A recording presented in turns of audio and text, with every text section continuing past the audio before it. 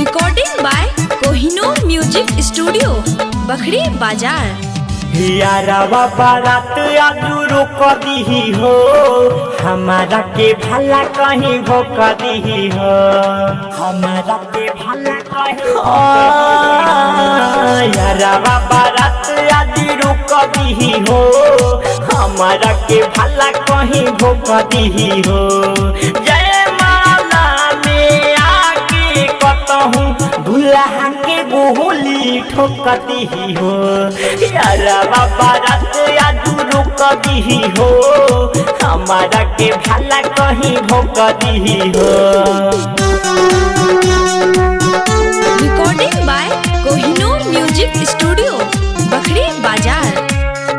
गाँव के लोगवा मिल के हमारो ठीक बा कहिले शादी हो, लौट के जाई हमारो बाराती हो जाई बर्बादी हो।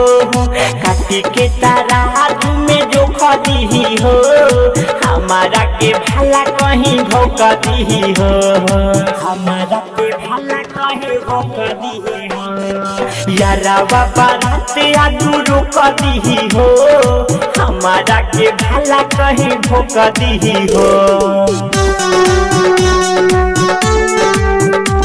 Recording by Kohinoor music studio Bakhri बाजार।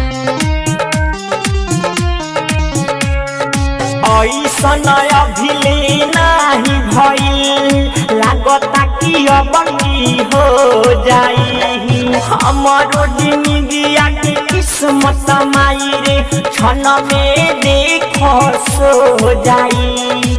सोनुआ रमी चाकू चोख दी रे, अनिल आनंद भाला भोक दी रे, अनिल आनंद भाला भोक नीरज दिलीप चाकू चोख दी रे, अनिल आनंद भाला भोक दी रे।